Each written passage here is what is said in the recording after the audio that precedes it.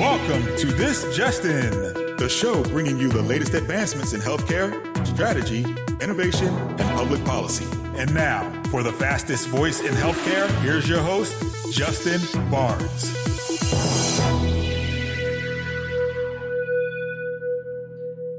Thank you for tuning in and welcome to This Just In. I'm your host, Justin Barnes. In these segments, I'll bring you the latest advancements in healthcare, strategy, innovation, and public policy.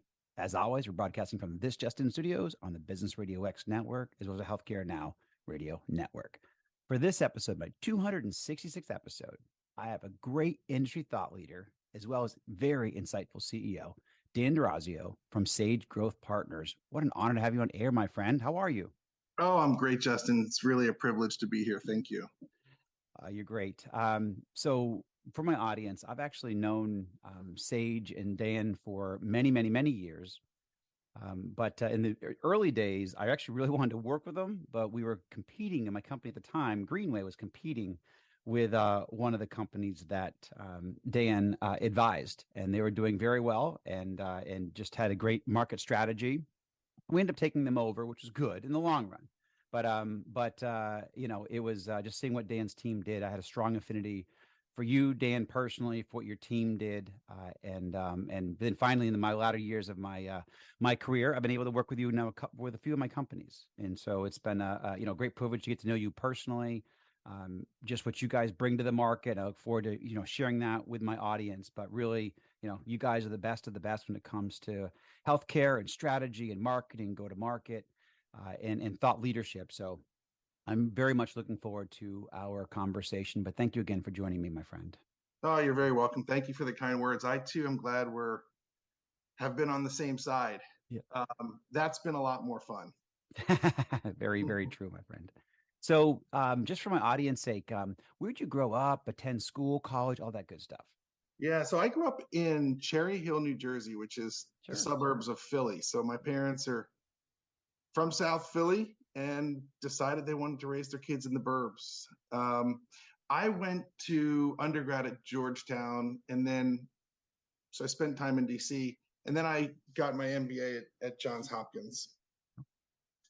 Excellent. Those are some great schools. So how'd you find your way into healthcare? Well, this is what I call definitely not the straight line. And I share this with a lot of folks, especially who are younger in their career, or even at a point in their career. I'm spending more time with people who are my age, sort of maybe what we'll call middle age, and they've gotten to a certain point and they feel stuck. So here's how I got to healthcare. I came from a family business. My dad was a cheesemaker in Philadelphia, and eventually he and his brother started a pasta manufacturing business. So I grew up in and around business, in the cheese shop, and then the pasta factory on summers and breaks. What I learned from my dad was that I had to follow passion. My father went to college at a time, he's 86 right now, growing up in South Philly at a time when not many people around him did. So he went to LaSalle University and got into, after graduation, what was then Strawbridge and Clothier, for those who are familiar with that area. It's sort of the modern day Macy's. And he was in the management training program. And his father died, and he got forced into the family business, in essence, making cheese in a basement with a college degree. And while he was able to grow a business, he eventually had to be in business with his brother, and sometimes those dynamics are not great. Yes. But he had a high intellect and a passion for learning, and he never really got to be what he wanted to be. It was good for our family eventually, after many trials and tribulations in the business, but he always told us, follow your passion, find something you'll love, and you won't feel like it's work. So where did that leave me? I was an international politics major in the School of Foreign Service in Georgetown, but while I was there, service was incredibly important to me. So I did a lot of volunteer work. I did prison tutoring. I ultimately interned with the public defender, doing crazy things like serving subpoenas and frankly almost getting my tail kicked because I thought what they did on TV is what you're supposed to do. And the lead investigator said, son, don't ever do that again. So that led me to a career fair, and I wound up in Baltimore working with at-risk kids. And I did that for 9 years, and I moved from working on the street level to management to sort of middle level management to senior management. In that process, I went to business school because I realized that nonprofits, while a business, didn't understand that. Frankly, we see a lot of that in healthcare, right? Some of these decisions that folks are making, and even in HIT, Yeah.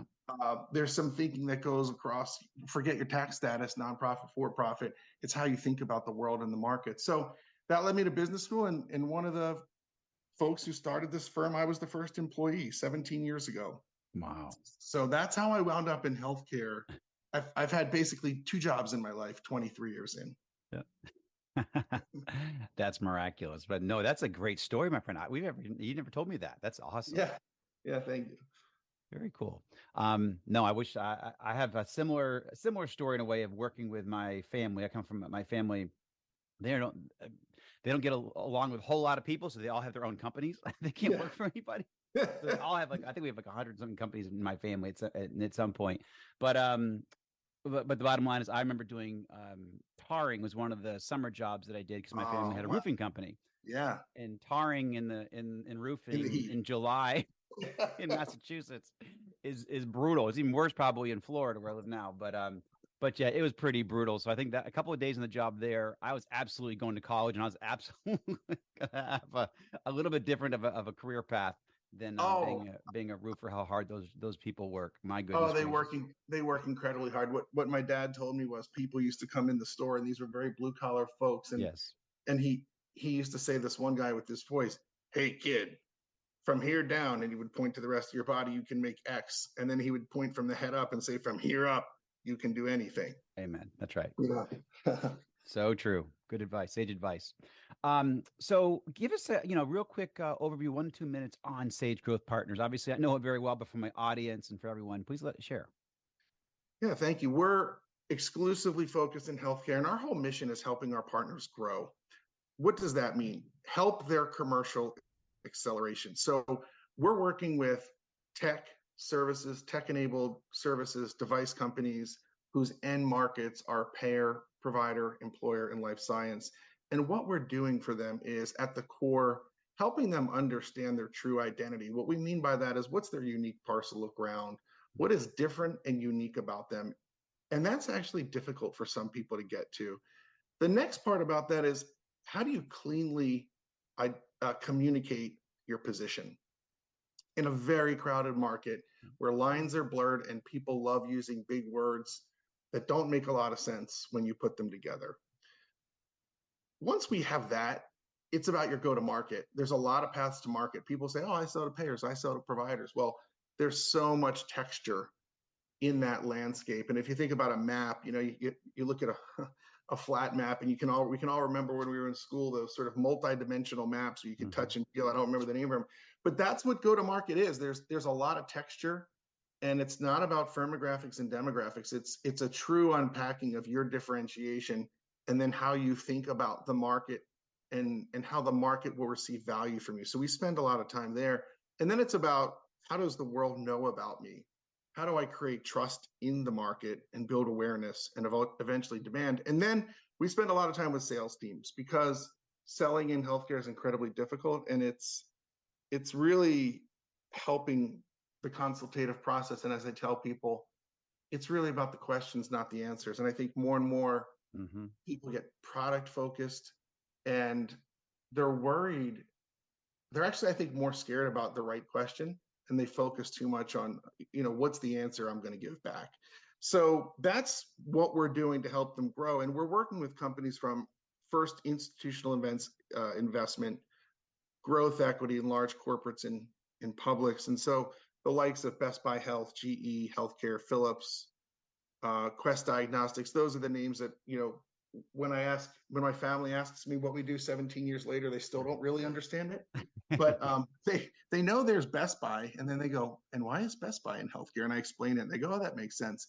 But there's a ton of these other companies in this growth equity stage and early stage that are doing really good work, and we're spending time with them, helping them find their way and grow. Yeah, and you do a phenomenal job at it as well. So what makes you guys the best? What's your secret sauce, would you say?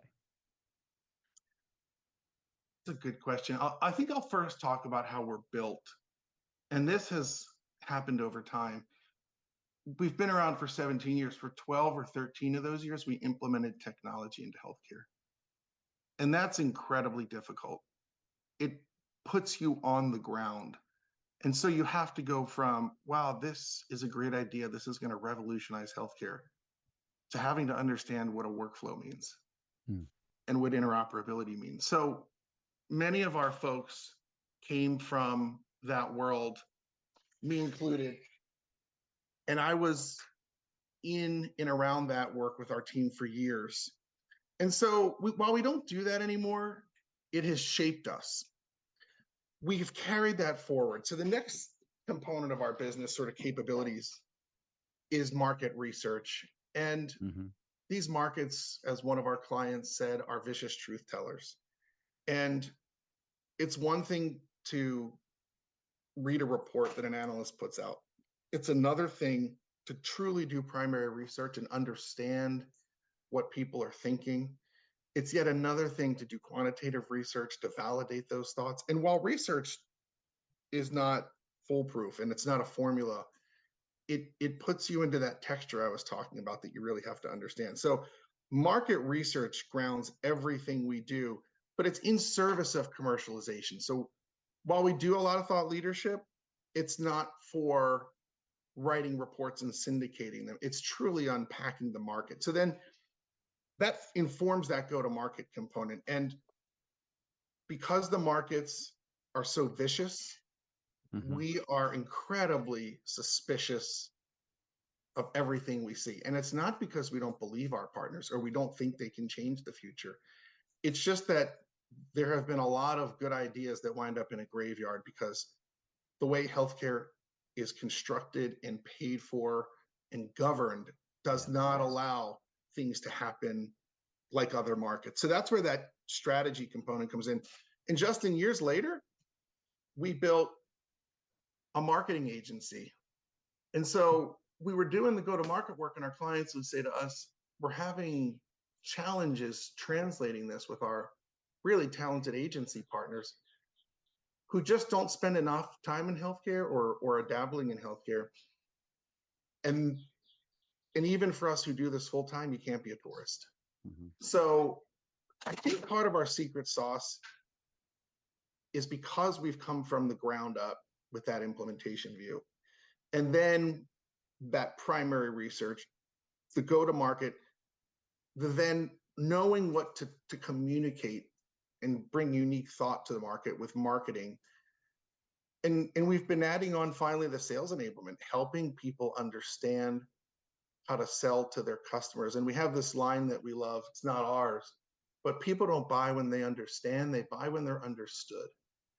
And we have to enable our partners to be in their shoes, because that's when that person becomes an advocate for you if you're trying to sell them, because they have to run back in their organization and be there when you're not.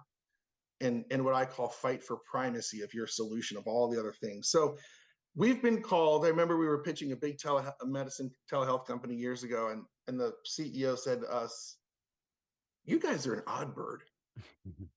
And it's one of those moments you go, oh, I don't know where this is going to go. And he said, I mean it with affection. I've not typically seen these kind of capabilities in one place. And I think it's look, anyone could probably put research strategy and marketing together, but I think it's our worldview. And the folks on our team have come from payer, provider, tech, consulting, operations, and they bring that to work every day on behalf of our clients. And really, Justin, I think the thing we all lose sight of, because it's so hard to commercialize, we're working with amazing companies that are really making a change in people's lives. So we always have to remind ourselves, God, it's hard to do this, but on the other side of this, it's important and powerful. And those, yeah, I totally agree. And for those that may have joined us a little late today, my special guest is Dan D'Orazio, CEO of Sage Growth Partners. So no, and I totally agree with you, Dan. And I see how, you know, what you guys bring and how you've been able to help my companies, various companies. And so obviously what you're doing works, and the way you align with organizations, you align with the leadership, you align with the sales, you align with the marketing. It comes together very well. And you describe your secret sauce perfectly. Thank So you. You also do a lot of very insightful thought leadership. So, what are a few areas or topics that you find the market reacts to the most or absorbs the best? Hmm. It's a really interesting question. There was a study, it's 4 or 5 years running, from Edelman and LinkedIn. They've partnered on this. And everyone talks about thought leadership, but they've gone down the path of identifying what's the impact of thought leadership. And they've studied it and they've put data to it. And it's powerful and telling. The fourth year that they did the study was during the pandemic. And it was really powerful to see that actually during the pandemic, people were doing and looking at thought leadership even more. Right. And it influences RFPs. Good thought leadership influences trust in a brand. And so the question becomes, how do you get there? I'll answer that and then I'll talk about the different kinds of audiences. The first thing is, we believe you cannot put a new frame around old thinking and call it thought leadership, right? So you can't just do what we call a lit review of lit reviews. Mm-hmm. It has to add to the market's knowledge. And I'll give you a really good example. We worked with a company in the scheduling space years ago, and they said, hey, we're really good at helping people stop overtime and nurse turnover and agency costs. And we said, okay, true, but that's what everyone talks about. Let's get into the research. And here's what we found, Justin, a couple of these nuggets which changed the way they communicated their value because they could solve that problem. The first thing is, the minute a nurse works more than 40 hours, he or she is 3 times as likely to commit a medical error. Now, 50% of nurses work more than 40 hours. Absolutely. Wow. So what does that mean? We actually have deadly weapons walking around our units because they're tired. We don't need unforced medical errors more than the rate we have, right? We're not exactly safe in healthcare. But if I know through my solution or my technology, I can actually schedule differently, I can manage shifts differently, I have the ability to impact quality and safety. But if people are saying, well, hey, I'm just going to go help you schedule better, and they haven't made the connection, and it's in the literature that tired nurses are deadly weapons. Mm-hmm. That's new thinking, right? It's not new research. It's not connected. So you have to look for the connections between some of these areas and help bring them together. The second thing is, in healthcare, we tried to over-industrialize stuff. And I'm not talking about the amazing medical breakthroughs of the technology, but we don't do the basics well. And I think people are trying to run to the hills of language that is often what we call a distinction without a difference, right? They're using fancy words. Just speak about the problem. Solve basic problems. I like to say we don't need futurists in healthcare, and I only mean that slightly because we need people to think ahead. But the fax machine, the technology was created in the 40s and grew in the 80s, and still 80% of hospitals use it today. Right. So what does that tell you? It means we still haven't solved an interoperability problem. It tells us that it's still a use case, and we can talk all about it and how we hate it. But until we can fix that problem, we have to solve for the basics. And I joke that we have all this machine learning. What we really need is fax machine learning, because that's still the way that information is communicated. So the basics are incredibly important, and you have to find the nuances. And then you asked about audiences. I think audiences care about different things. We do a lot of work with investors. Mm-hmm. When we bring data to the market and we look for the nuances in it, they consume it tremendously. They consume it at a rate far more than a payer or provider executive would. So then if we're talking to our audience, you really have to know who you're speaking with and what's on their mind and what pains they have. Everything we do emanates from what pain is there in the market and how do we solve for that. And so I think you have to go from the position of pain. You have to be basic and not try to use fancy words. And then you have to find the nuances. I completely agree. I love it. Kind of following this a little bit, what are some of the best practices that you might share? So not just with thought leadership, but overall in general, kind of like an open-ended question. You touch a lot of C-suite executives, and we have, majority of my listenership are CEOs and senior leaders in organizations. So what would you share with them from best practices in the industry? There's two sets of questions or approaches that I often think about. The first one is, and this is not mine, I actually got this from a mentor, Tom Zajac, who's been in healthcare for a long time. I know Tom well, yeah. Yeah, really, really bright guy. He always said there were the three whys. Why X, meaning category or solution. Why now? How do we get urgency and primacy for the solution? And then why me, meaning why a particular brand? And I think many folks run to the market and say, in the wrong order, look at me. So they answer the why me question. And what they're not thinking about is, why do I even need X, and what problem does X solve? And then how does X compete?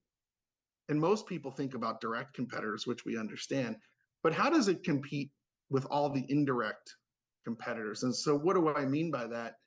We have a lot of clients who are fortunate to be in a best-in-class category, and they've worked really hard for that. And I pat them on the back quickly and say, okay, get over that. And they look at me a little sideways, and I say, let's go to that website or any of these other agencies, and let's now bring up all the best-in-class categories. Because what you're really competing with is not only your category, but mind share, wallet share, and market share for all these other best-in-class categories. Right.